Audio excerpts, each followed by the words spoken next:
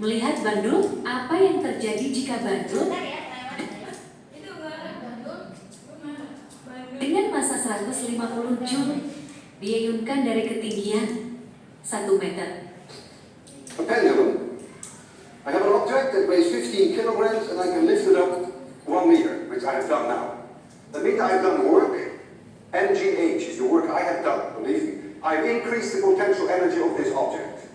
15 times 10 to 150 joules. If I let it fall, then that will be converted to kinetic energy. If I would let it swing from 1 meter height, and you would be there and it would hit you, you'd be dead.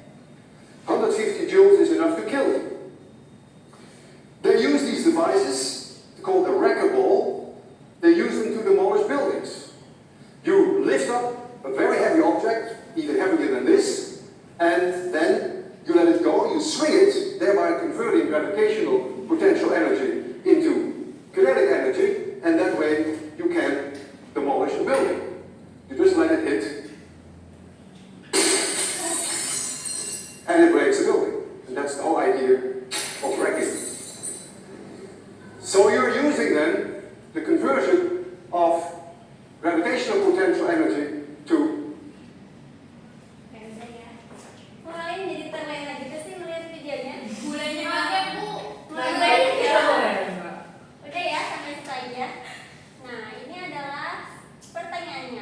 Dari video tersebut, menurut kalian mana nih yang lebih berpengaruh dalam memecahkan kaca? Apakah massa bandulnya atau kecepatannya? Masanya.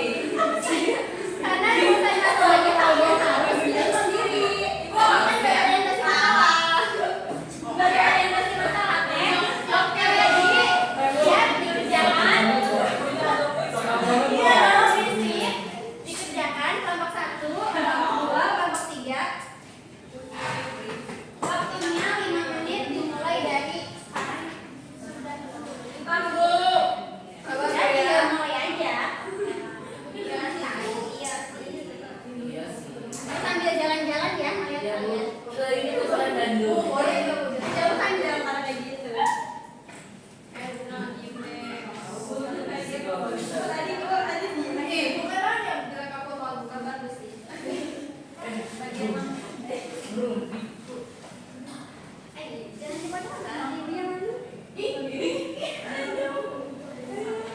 Ibu lagi kasmaran ya Bu.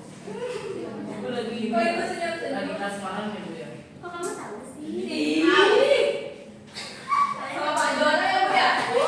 Bu sama Pak Jono. Sambil dikerjain. Ada yang nggak paham? Kalau yang nggak paham langsung mainan aja ya. Paham semua Bu. Nanti Ustaz tanya Bu. Ustaz mau ditanya? Mau katanya mau Bu dia mah. Jangan-jangan nanti. Dia mau mauan Bu. Dia mau datang deh.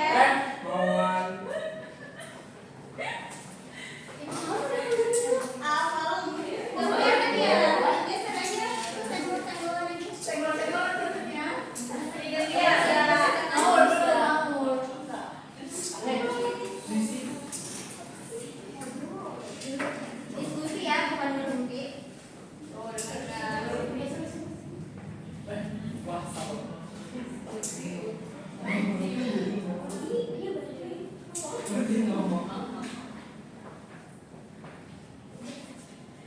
Pokoknya masih lama ya.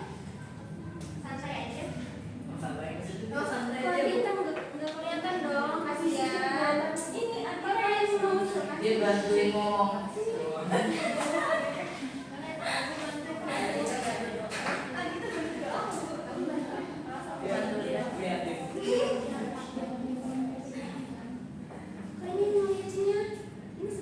Iya lagi.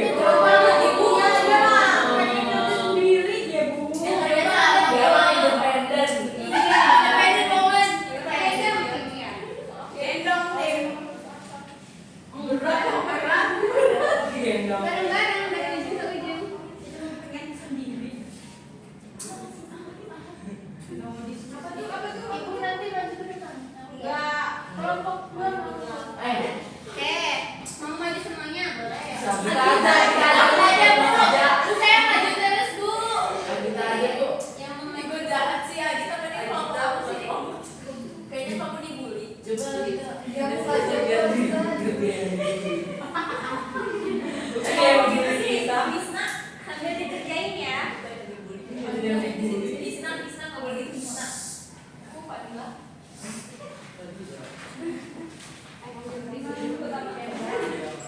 Udah?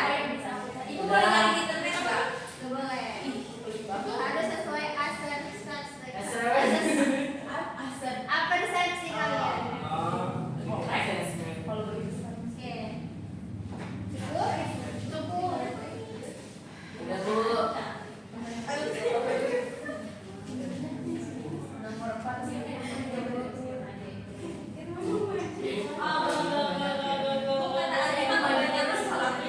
Banyak kan? Iya. Masih ada lagi. Baik Bu, udah. Udah Bu, kelompok 1 udah. Kelompok 2 udah. Kelompok 3 udah. Oke, selanjutnya Ibu tunjuk. Kelompok 1 presentasikan hasil diskusinya. Sekarang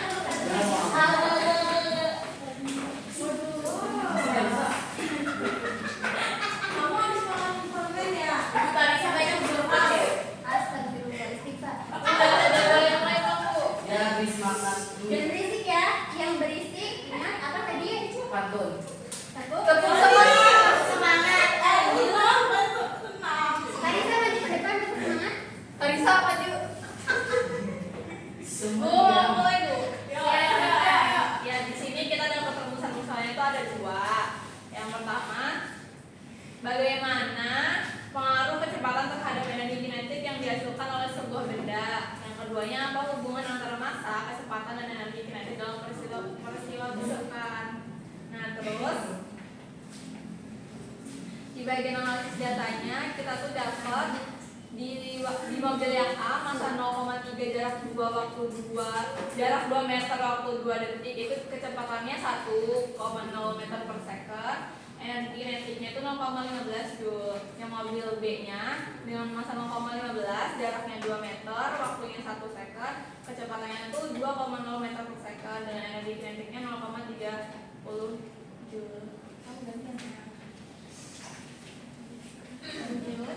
Ya Bu, buat nomor 2-nya itu mobil B itu memiliki energi kinetik lebih besar meskipun massanya lebih kecil. Nah, hal itu karena kecepatannya itu lebih tinggi dan kecepatan berpengaruh lebih besar terhadap energi kinetik karena berada dalam kuadrat pada rumus kan sebenarnya sama M kuadrat.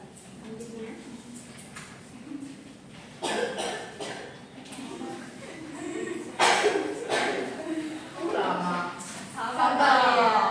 Sabar Husna, sabar. Husna mau maju. Kita tadi ngomong. Sabar ya. Jadi maju ya. Akhir nomor 1 itu ada diskusi ya, nomor 1. Pertanyaannya, mobil mana yang menghasilkan energi kinetik lebih besar? Terus mengapa?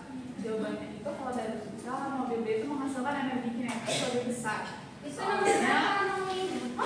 Ya, Nomor 3. oh gitu. Konsentrasi ya, ngomongnya.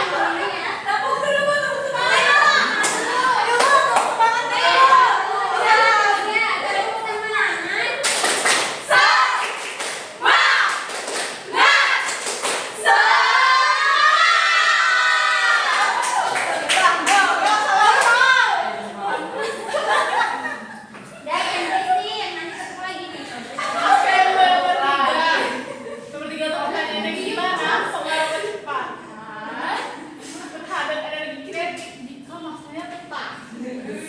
Lanjut. Kalau jawabannya kita itu, jika massanya tetap, maka semakin besar kecepatannya, semakin besar pula energi kinetiknya gitu. Kalau nomor 3. Itu katanya. Kalau ya sama Pak. Lanjut.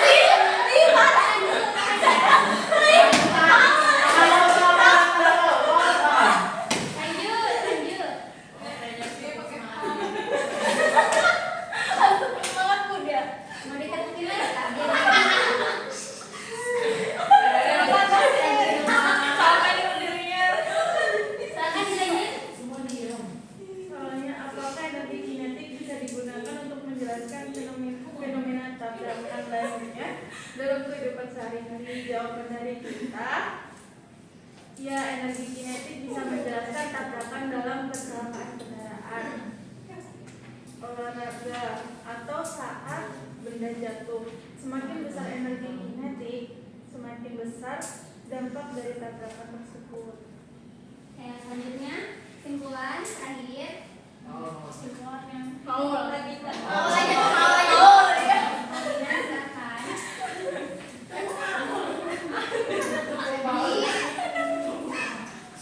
Sebentar aku mau usul. Iya, Bu. Bentar deh. Nah, kesimpulan dari kita itu ya, berdasarkan hasil diskusi, jadi kesimpulannya energi kinetik itu suatu benda yang tidak hanya dipengaruhi oleh massanya gitu, tetapi juga oleh kecepatannya. Maka mobilnya itu dengan massa kecil bisa memiliki energi lebih besar jika kecepatannya itu tinggi. Wow. Jadi kalian apakah sudah sedikit paham ada gambaran tentang energi kinetik itu apa? Jangan-jangan Kak, kenapa Kak? Mau jawab? Energi kinetik itu apa? Kesimpulannya? Oke, ya sih kalau udah dulu aja. Udah, Bu. Iya, Bu.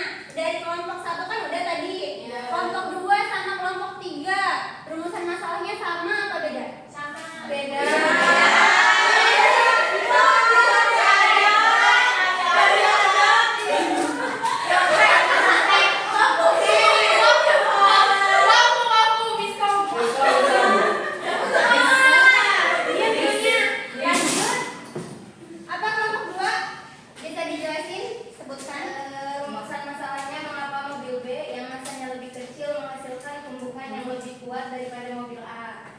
Oke, selanjutnya kelompok 3. Manakah yang lebih berpengaruh terhadap energi kinetik, massa atau kecepatan? Oke, kalian punya rumusan masalah yang berbeda-beda ya. Untuk analisis datanya sama semua apa beda? Sama. Kemudian untuk jawaban perhitungan sama. Perhitungan itu Energi kinetik mobil A-nya 0,5 Joule. ya. Energi kinetik mobil B-nya 0,30 Joule. Oke. Kemudian hasil perbandingannya itu sama apa beda jawabannya? Dengan kelompok 1, kelompok 2, kelompok 3 atau sama? Sama. Kemudian pada analisis diskusi dari jawaban 1 sampai nomor 4, apakah ada yang berbeda dari jawaban kelompok 1? Ada Bu. Oke, sebutkan kelompok 3. Apa kita bedanya nomor 2? Nomor 2. Oke. Nomor 2 bedanya apa tuh?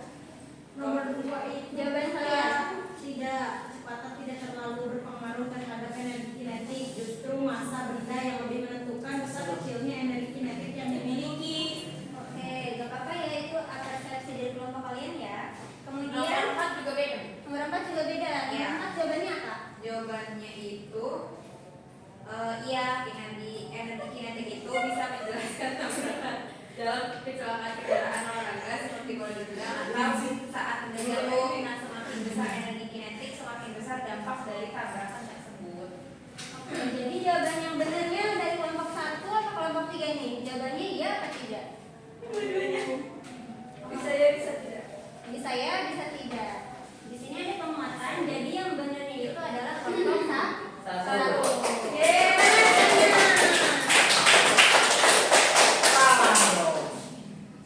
Selanjutnya kita lanjut pada materi.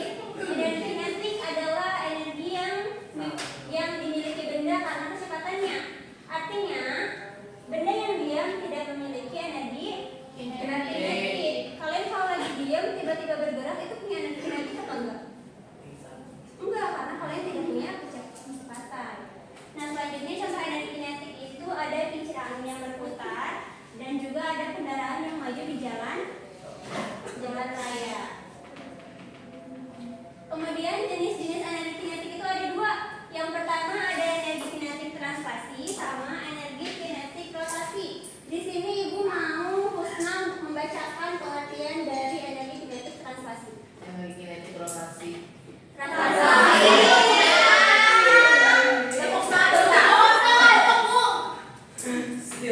Energi kinetik translasi adalah energi yang dimiliki oleh suatu benda karena negara produksinya dalam dari satu tempat ke tempat lain. Artinya semakin besar massa dan kecepatan benda semakin besar pula energi kinetik translasi yang dimilikinya.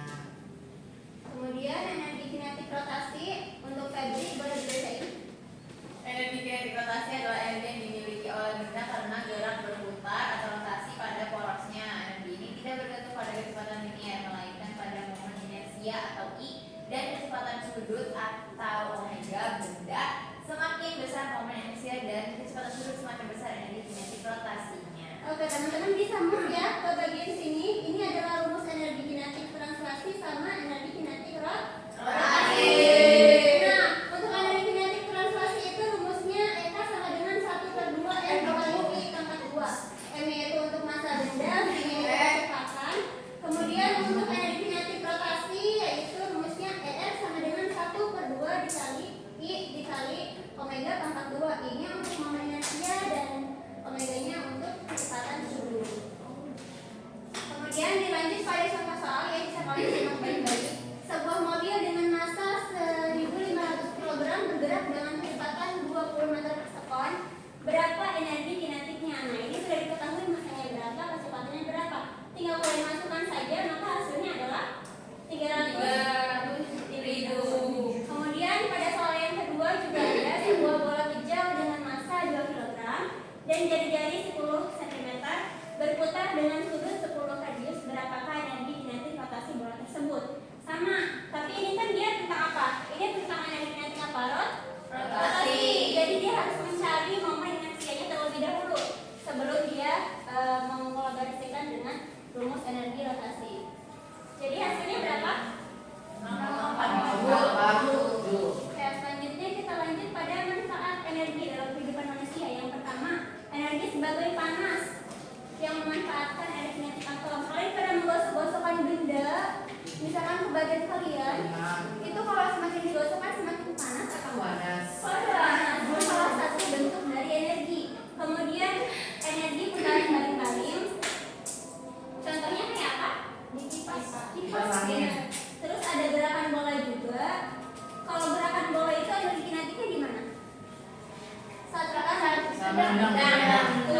Kemudian ada pembangkit listrik tenaga Air.